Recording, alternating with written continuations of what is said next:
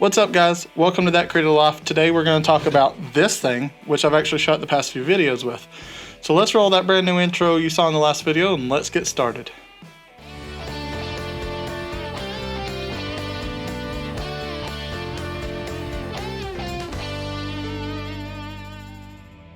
Okay, so this is the Sony A7 III.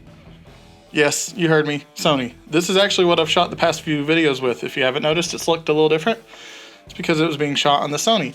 I wanted to give it a chance because I was able to get my hands on it and use it and test it and learn it and get to know it. And I wanted to give you my initial reactions as a Canon shooter in 2020. What do I think of the A7 III? So this is like an initial review, even though I've had it for a little while. Yeah, I mean, you guys get what it's about, but the fun part's gonna be trying to name this stupid video later. But let's start. We're gonna have three main categories. We're gonna have ergonomics, which I'm including the menus and just how you handle the camera in general. Then we're gonna have photos, how the photo quality looks, what I think of it. And then we're going to have video, how the video quality looks, the features it has, and then at the end I'll kind of sum everything up. So let's dive right on in right now. Starting with ergonomics. It's tiny. I have fairly big hands, so my pinky hangs off the bottom, and it's quite annoying. That is one thing that I'm not the biggest fan of. And then is a little bit bigger. I can actually fit all four fingers. I mean, I can smush them in there, but it's not comfortable, and it doesn't really work for me to get my finger up to the shutter, where this does. But other than that, it is really light. The Sony lenses tend to be a little bit lighter than the Canon lenses, so it is a lighter setup, which is nice. It has a tilting screen, but it does not flip out, unfortunately, which is annoying. What can you do? It's got panels on the side for microphone. It's got them for mini HDMI and USB. And then it's got a AVN and headphone jack. I didn't know it had a headphone jack. That's kind of cool. One of my favorite features of this camera, boom, 2 card slots. If you can see that, I know it's kind of far away, but it's got 2 card slots, which is amazing. It makes your life so much easier when you have 2 because you can shoot redundant in case one of the cards fails, you have a backup. It makes your life so much easier. And so from an ergonomics point of view, that's how the camera feels and looks. Let's get inside the camera menu now. The camera menu is garbage. I absolutely hate the menu. It is so hard to navigate and find your way around. It's confusing. Things are hidden in weird places. Coming from Canon, Canon has one of the best menu systems, period. The only one that I think is comparable, and people think I'm crazy, but I like Fuji's menu system. I think it makes sense to me, the way I work. This one, there's a reason why people hate on it so much. The menu system is a little rough, but it has so many features that it does kind of have to be rough because they put so much crap in this thing. It's kind of ridiculous. So from an ergonomic standpoint, that's kind of how the handling is, both physically and in the menus. Let's dive in and talk about the photos. It is 24 megapixel camera. It actually does really, really good sharp photos. I was pleasantly surprised, not because it's a Sony, because it is a full frame Sony, and I expected good pictures, but I've been shooting on a 30 megapixel camera, so I was expecting the resolution to not quite be there and the sharpness not quite be what I was used to, but it's surprisingly good. And with that eye auto detection tracking, it nails focus on the eye every single time.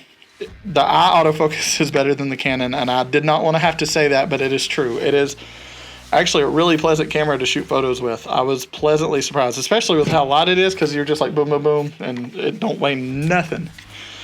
As opposed to the Canon, when I have the adapter and the 7200 on there, that thing gets real heavy real quick.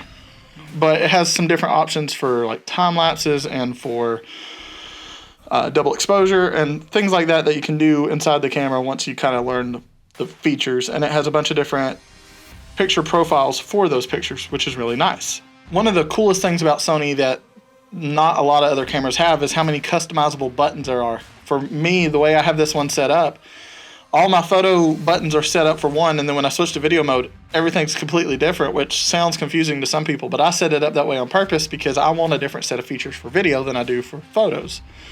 And so I love the ability to just customize everything about the camera. It really does make it a very enjoyable experience, especially learning a new system. That made my life easier, not remembering where things were in menus. I just programmed them to a button if it was something I used enough to where I needed to be able to pull it up quick. So that was something really cool about it. Now we're going to shift into video. The last little section I had, You tell me, how's the video looked in the past few videos? I think it looks kind of great, to be honest. I was pleasantly surprised because it is a lower bitrate. Now, don't get me wrong, this is always going to look just a little bit better because I'm shooting a full C-Log, 400 megabytes per second. It's a beefy codec. It's going to look good. Yes, I can shoot S-Log on here. I don't like to because I don't like the way it looks as much, and it doesn't hold up as well as the C-Log does. But this has 120 frames per second slow-mo recording in 1080 with autofocus. The Canon just doesn't have that. And so for me, that's a game changer because I love my slow-mo, obviously, with my influences and who I like in videography and cinematography. That is an important part, is having the ability to do slow-mo. And yes, I can do 60 frames per second on there, but there's just something magical about the way 120 looks. And so that is something that I've really enjoyed about this camera and that I've really missed from my Fuji that the Canon didn't have. And so the video specs, it is a lower megabyte rate. I think it's 100 versus the 400 on the Canon, but it still looks really good. And the colors, I've always heard Canon color science, but you can still make this one look good if you just spend a little time and put a little love into it. Past few videos I thought have looked fantastic, and I was color grading Sony, so you know, it's kind of one of those things to where you kind of get some trade-offs. There's going to be features here that are not in the Canon. There are going to be features in Canon that are not in here. And so that kind of brings us to my final thoughts for today. The Sony has its place as a professional camera. The Canon has its place as a professional camera. Either one you choose, you're going to be happy. You're going to get great photos, great video. You're going to be able to tell your story and get that creativity out of your heart and out into the world so people can enjoy it. And whichever one you choose is pretty much based off your needs, preference, price range, etc. I'm fortunate to have both of these in my possession right now, and getting to play with both of them and using them together. It's kind of perfect for me because this has the features that one doesn't have, and that one has the features this one doesn't have. And so if you've kind of been wondering, is the A7 III still relevant in 2020? Very much a resounding yes. It is an incredible camera. It works very well for both photos and videos.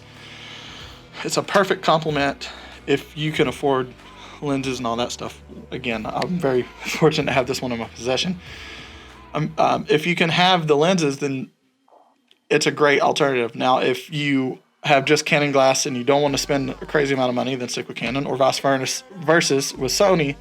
If you have like an A6500 and you're thinking about upgrading, it's definitely worth it. It's an incredible camera. But for me, the pair of those two together is just literally perfection. It has everything that I want out of every setting. I can literally have the perfect camera. It just takes two of them.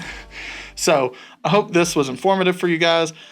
Tell me what you think about the audio as well, because I'm using the Rode Wireless Go, and I finally got it set up kind of where I want it, and I think it's going to work exceptionally well. It's a little tiny on my little desk. I mean, it's very convenient. It's really cool. I'm also using some new filters, so let me know what you think. I haven't shot with the Canon in a little while, so compare it to the last video. Which one do you think looks better? I'm kind of curious. Let me know down below, and if you don't mind, leave a like, and if you're not already, subscribe to the channel. It would mean the world to me. I love you guys. Don't forget to live that creative life. I'll see you next time. Bye.